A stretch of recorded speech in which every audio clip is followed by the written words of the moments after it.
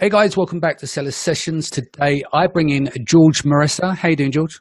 I'm good, thanks. How you doing, Danny? Yeah, good. We met back in October at the PBC Congress, didn't we? We did, yeah. We kind of fully met, but I've known of you for a little while now, so. So look, today we're going to talk about DSP. I know we kind of covered like little bits and pieces of it on the show. We when we had Liz, so go back to sellersessions.com, have a listen back there, do a search for DSP. But I wanted to bring you back because there's obviously a lot of changes happen on the platform. There's that step change between, brands that can afford to do it with a 35K minimum spend to allowing Amazon sellers and going through agencies and also that side where agencies are able to manage. It's not just Amazon managing in-house. So we'll cover a lot of the ground on this stuff at the moment, but can you give a full introduction to yourself for the listeners? Yeah, sure. I'm George Maressa. I'm the founder of Clear Ads Limited. We're a London-based paid advertising agency. I've been in paid advertising since 2009. The agency was set up in 2011, and we've helped sellers on Amazon for a number of years now. But it was primarily Google that we started with, and about a year and a half ago, it is over 90% became Amazon sellers, and now we don't really do much Google stuff. Google advertising. So we help a lot of sellers through Amazon sponsored ads and now DSP, and we're doing quite a lot more of that now. Yeah, cool. So just demand side platform, quick overview of DSP for those who've not checked it out themselves. Okay, so Amazon DSP is a demand side platform. So it's a form of programmatic advertising. So this is where you can buy media on websites out kind of just forgetting Amazon for a bit. You can actually demand to have your ads appear on websites relevant to your products to gain impressions. That's how it works. Programmatic just makes it all kind of automated, and there's an open exchange.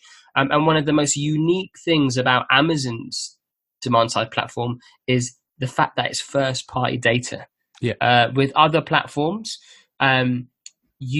they buy third party data in, and it's a bit of a guesswork to find out who's who. But with Amazon, it's actual real live, this is what people are purchasing, and that's the information we have at our disposal when targeting through DSP. Another benefit, outside of a programmatic event on Friday, is the fact that Amazon doesn't give anyone else access to its inventory.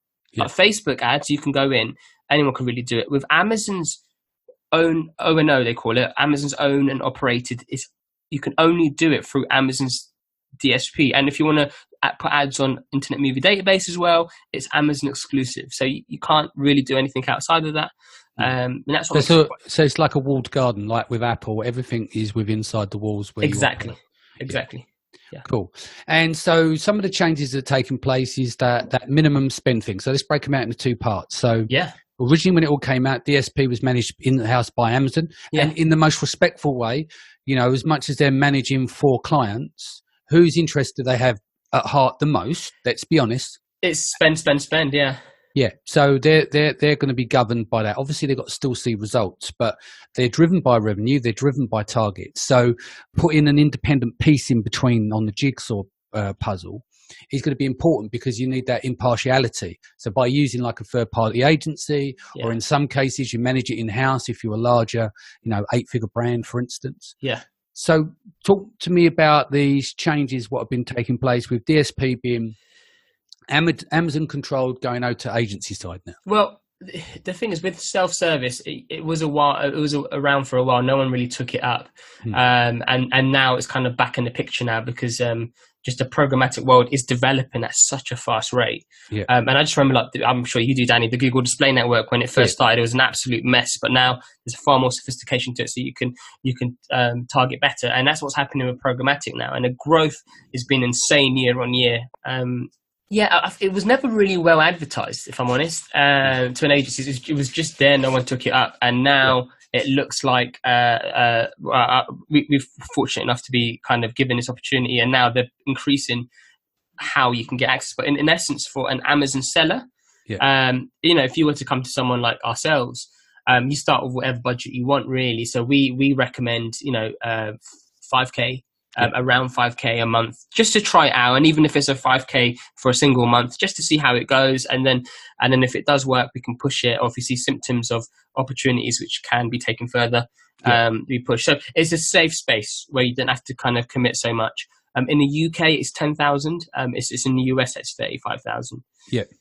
Okay, so it's lower there. So how would you put 10K to work as an example? How would you split this up? I know that how long's a piece of string, but just give me an example. Yeah, this is the funny thing. It's like, so when I tell Amazon, because we still have to keep in touch with Amazon, when I tell them, right, well, I build this client for X amount, this is it, and so on.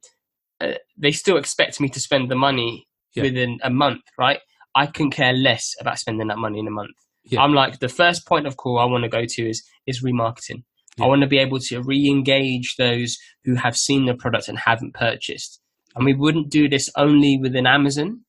We would do this outside of Amazon too. So we can re-engage with the audience. Now, Danny, something really interesting happened at the start of the year.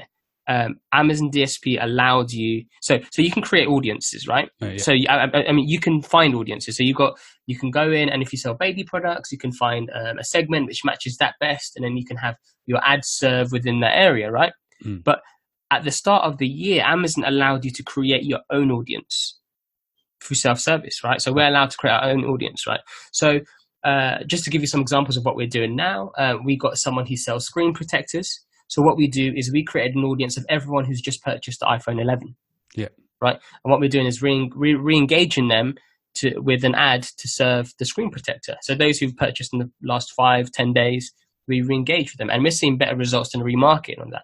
Right. And a step further with this, right? And I can't believe you're able to do this, but I can re-advertise off my competitor brands, and they would never know about it. Yeah. So what I'll do is I would say, right, anyone who's purchased this product, I want to have my ads served to their audience, regardless of where that audience is. I want to just show them my brand, and this has worked incredibly well within supplements. So if someone has purchased a competitor supplement 30 days ago, and there's probably time to kind of replenish that order, I could serve them an ad. Yeah. And I could say, all right, well, try this one. I'll try this one. So, and effectively you could be stealing competitor sales without anyone even knowing. And this is completely legit. This isn't black hat or anything. Yeah, this isn't black hat or anything like that. This is an option that's available that can be done. So that's a few areas. So I kind of could have probably put that in a bit more structure, but that's kind of the areas that you have. So we go remarketing first to re-engage that audience. We go to just see what the audiences are out there and target them. And then we then also look at creating our own audiences if what's there is not good enough, or if we want to just go straight up for the targeting competitors. Yeah. What about ROAS, return on ad spend? Because obviously everyone works with ACOS when they're working with sponsored product ads. Right? Correct. Yeah. So it's a different mind shift. We're talking about further up the funnel, further away from the buy cycle in terms of the user intent, like the buying intent process. Yeah. So you're bringing them down, given the opportunity to grow and show the brand is, and then you're bringing all of those parts of the jigsaw together as the different touch points. Yeah, I love the way you're taking this conversation, Danny, because it's important to understand, just like you said, where in the funnel are we targeting? So if we're kind of ROAS focused, and when you want to search for kind of use it as kind of targeting the kind of the bottom of the funnel, that's remarketing. That's where we are engaged, and that's where you're almost kind of 80-90% likely to get better ROAS. To be honest, every account we've managed except one had a better return on ads. So return on ad spend is ROAS. Return on ad spend compared to what they had in Sell Essential. But it's obvious because these guys have engaged with your brand, so they're going to kind of sell well. However, if we go outside of that, right, and if we want to search, kind of target those at the top of the funnel, right, that's when DSP can become very interesting. That's when you can re-engage, and the shift then has to be more away from ROAS and more towards those who kind of look at the detailed page views. So it's detailed page views is what you look at. So how well are they engaging with the product? And it's just that awareness and consideration factors is what we have to put into place. And I was just talking to one or two kind of who've been doing DSP for a number of years, and what they've done is they've seen that since since their sales, since their spend has gone up on DSP, with those at the top of the funnel, what they've noticed is the remarketing, the traffic through that has just grown. So they've had the complete strategy in place so that they're meeting audiences in different parts. So the ROAS is going to look worse when you look at it, when you're kind of targeting those at the top of the funnel. But what it will be doing for the brand is going to be, well, it's strong. Yeah. Because I mean, if you look at it in the traditional sense, when you think of Madison Avenue brands, their budgets are based on TV. Every quarter, it's a different mindset. It's like every quarter they'll give you a budget to spend. Yeah. That's your quarter budget. Obviously it's calculated, but not on a SKU level. Do you know what I mean? It's not like that hyper focus that we have as an agency. Exactly. We're doing sponsored products. So it's a different world out there, and that's the kind of competition you're coming up with on Amazon, and having that way of thinking. I mean, with you as well, I'm imagining one of the key things for supplements outside of doing PPC, which is going to be really hefty spends, and probably a lot of time, depending on the niche, the ACOS is going to be horrible, isn't it? Yeah. It's just going to, at the end of the day, it's just going to come to a point where, you're looking at long-term value of a customer. So if you've got a year's worth of previous data and then, partition exactly a percentage, and it's looking at your marketing budget, execution, and how you manage that spend over time in a different light, isn't it? Yeah, exactly. And it's about that traffic velocity as well, isn't it? It's getting so much more. I'm sure you've seen it, Danny. Like in the last year, just for sponsored ads, the cost per click just keeps on rising. Yeah. It's just becoming more difficult to just get good quality traffic. And I think this is where DSP at the moment is just something that's kind of really not utilized by a lot of people. Yeah.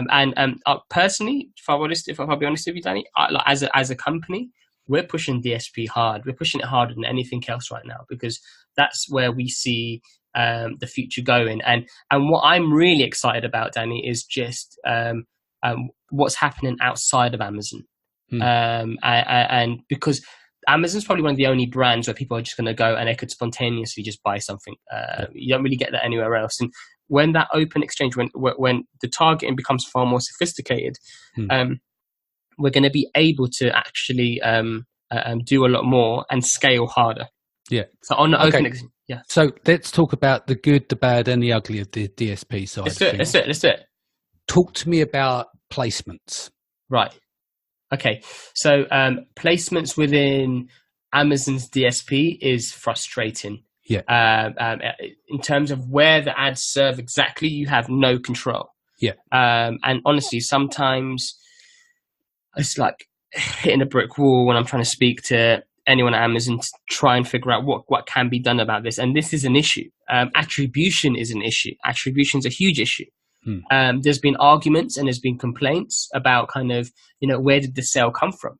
Did it come from my sponsored ad? Did it come from X, Y, Z? And this is something that's been going on for a little while now. And it's funny though, that's what's happened. And I actually spoke to someone at Amazon on Friday. What's her name? I think her name was Charlotte.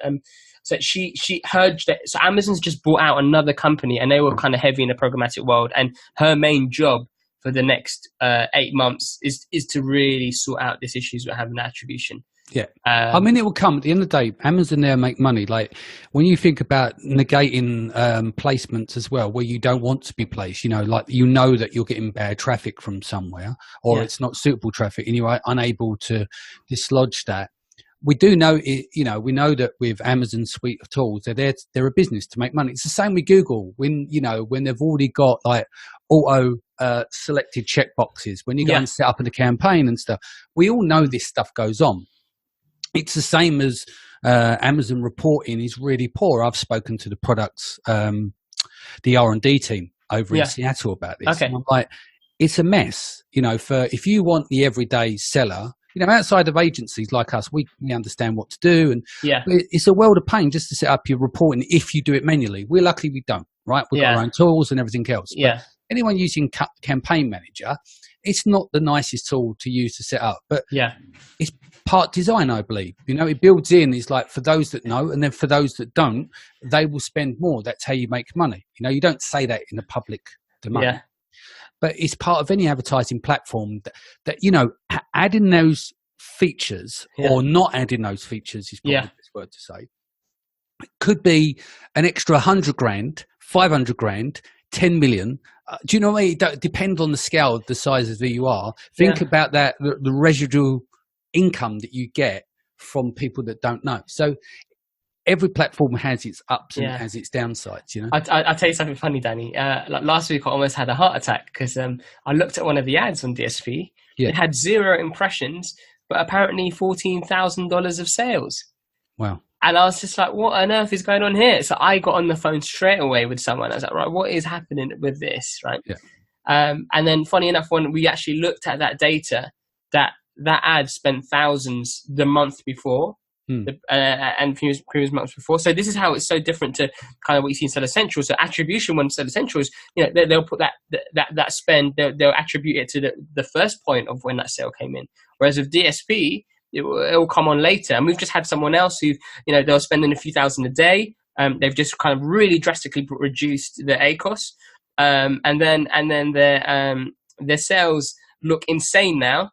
But I have to get on a call with them later today and say, look, it's not as good as you think it is. It's because of what's happened, you know, a few weeks back. We're now starting to see the knock-on effect. Yeah. And you made some really good points there, Danny. And that's why we don't only look at the sales data that is shown on DSP. We look at business reports. We look at, okay, what's the overall climate of the account? Since we started doing this, what's happened? And we do take into factor kind of the time of year and anything else that might kind of skew the data. But we do factor all of that in. But at the end of the day, we are seeing growth.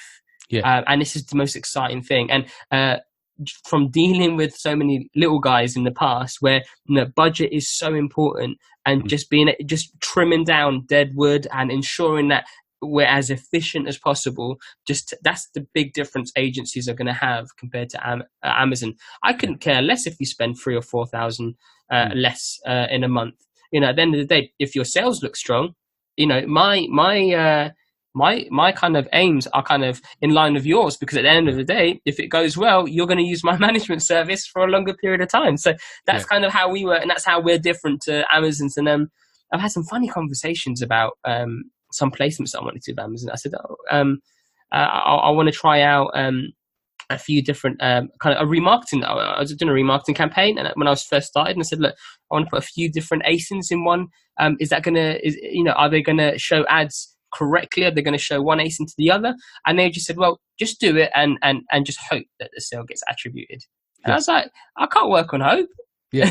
How would you tell your client? Yeah. How would I tell my client? So it's about, you know, kind of being incredibly thorough. But like I said to you before this call, Danny, when we started this, it was a lonely world. You know, like there was no one really for us to speak to and get advice. So we had to use what we've learned from. And we had to use what we learned from kind of Google ads and Amazon ads, Amazon sponsored ads, to actually start to formulate something here. And now SOPs, put it all together. Oh my goodness! Don't even get me started with it. So for the first week, month and a half, I was dealing with all DSP.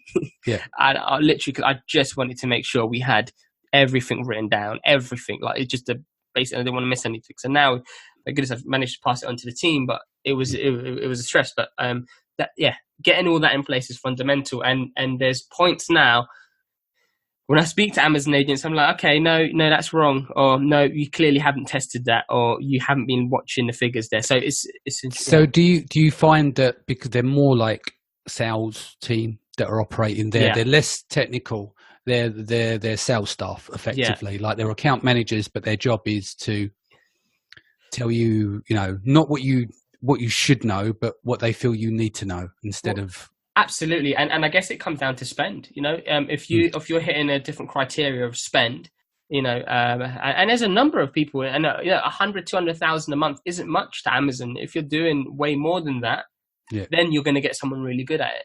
Yeah. But I think if you're just about kind of doing over the 35K threshold, you know, who knows who you get. Yeah. So that's kind of where it's at. But I know as well, like this is an area of Amazon that's not even like, it's still within Amazon, it's still maturing. So they're still trying to develop this area. So it's just a fun space to be in right now, because it feels like no one knows what they're doing. Yeah. But it's the early days is when you learn. It's like every single platform that comes along, it starts off, you know, the cheapest cost per clicks or the cheapest advertising, the cheapest eyeballs you're going to get is when the platform is new. It's like everyone's going mad over TikTok if they fit your criteria, you know. People just drop in a video and get 27,000 views. You try and do the same video on YouTube, but it's now established, been around, you might get 106. Does that make sense? Exactly. And so it's best to get on these platforms earlier, master them as best as you can, and it's all part of the growth cycle as well. Exactly. And can I tell you something I'm just about to go into, and I'm trying to, this is the next bit of my SOP. So I'm fortunate enough to have a few accounts that have come on, and they've been really good to me, and they've kind of said, just, you know, spend as much as you want to just really understand this market space so you can really kind of take advantage for our account. So they've just given me the freedom. So the next thing I'll really want to look into is video ads. And video is kind of something you can really push on DSP, and through IMDb as well. So I really want to see what that can do, because that will be something different. Oh yeah, IMDb, because they own that platform. They own that platform. Yeah, so you can have your ads on there, and also, so if you have a Firefox TV, if you're watching stuff on there, you know, apparently your ads can appear there too. You obviously can't link it back to a website of any sort, but it's just about the brand awareness and the engagement. I'm just looking forward to seeing how all of that works and how it can kind of create some more value and add to the top of the funnel. So cool. Talk to me about reporting. It's quite more in depth, isn't it? There's a lot. Oh my goodness, yeah. In terms of metrics, so is it 150 something metrics? Oh yeah, there's a lot. I just had a client say to me, "What can we do with reporting?" I was like, "Okay, I'm going to send you everything there is on reporting. I put it in a screen grab, put it in a Google Doc, and I've just sent it over." And they just came back with the things they want. But you've got so much. You've got clicks, impressions, estimated clicks, impressions.